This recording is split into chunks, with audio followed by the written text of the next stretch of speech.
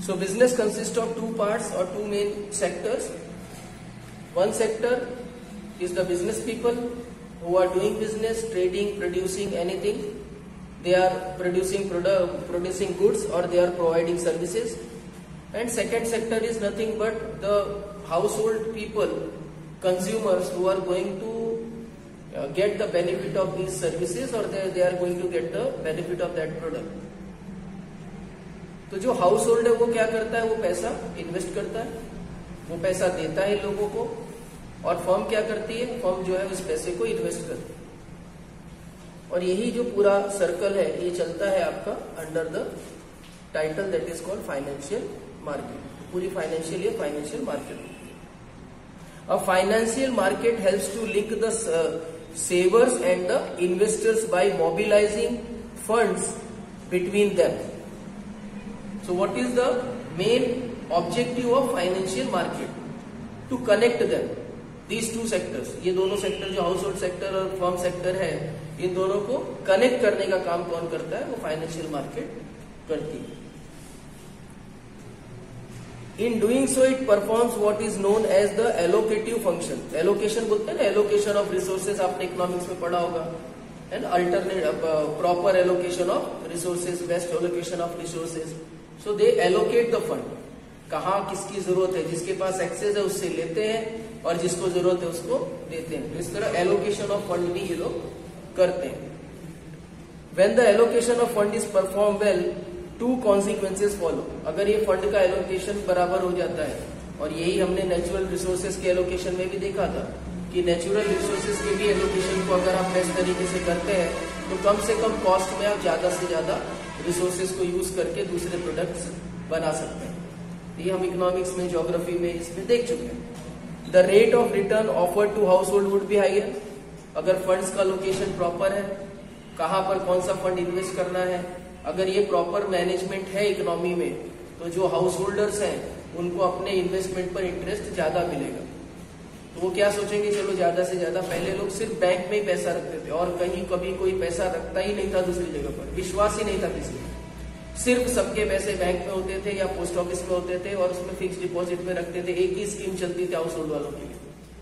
धीरे धीरे लोगों को रियलाइज हुआ कि देयर आर मोर सेक्टर्स, और भी दूसरे मार्केट में सेक्टर है जहां पर हम अपना पैसा इन्वेस्ट करेंगे तो हमें अच्छे रिटर्न्स मिलते हैं। फिर लोगों ने बॉन्ड्स खरीदना शुरू किया।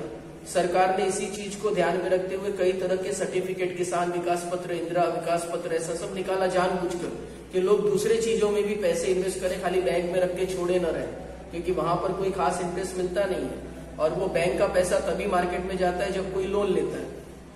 लेकिन अगर ये पैसा मार्केट में 10-12 जगह इन्वेस्ट हो तो उन 10-12 जगह से वो पैसा निकलेगा, लोग लेंगे और मार्केट में इन्वेस्ट करेंगे।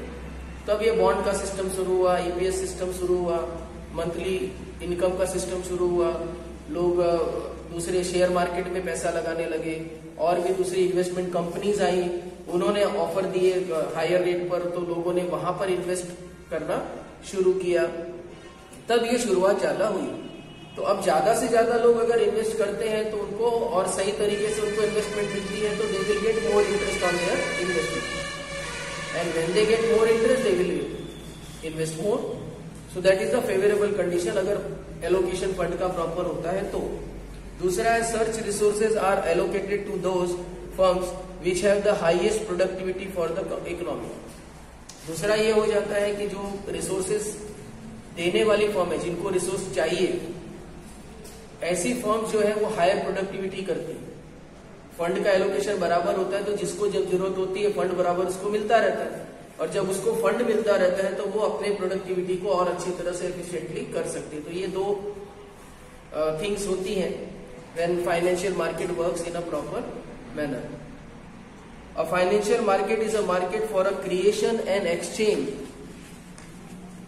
of financial assets. Financial market exists wherever a financial transaction occurs. जहां कहीं भी फाइनेंशियल ट्रांजेक्शन ऑकर हो रहा है, कहीं भी फाइनेंशियल ट्रांजेक्शन हो रहा है, तो वहां पर फाइनेंशियल मार्केट है। वो एकदम मिनिमम लेवल पे भी हो सकती है और एज अ कंट्री होल के हिसाब से भी हो सकती है, लेकिन फाइनेंशियल मार्केट वहां है। लेन देन, कोई पैसा उधार देगा, कोई पैसा उधार लेगा, जिसके पास एक्सेस पैसा होगा वो उधार देगा, और जिसको जरूरत होगी बिजनेस करने के लिए वो पैसा उधार लेकर अपना बिजनेस करेगा। एक छोटे से गांव में एक छोटा सा दुकान वाला भी ऐसा कर सकता है, छोटा सा किसान भी ऐसा कर सकता है, और बड़ी मार्केट में जो बड़े बड़े टाइकून्स हैं ये भी जो 100 करोड़ 200 करोड़ 500 करोड़ का लोन लेते हैं, ये लोग भी वैसा कर सकते हैं। और यही लोग अपना पैसा जो है वो इन्वेस्ट भी करते हैं दूसरी कंपनियों के लिए, तो दूसरी कंपनियां उसका फायदा उठाती हैं। This is what is actually about financial market.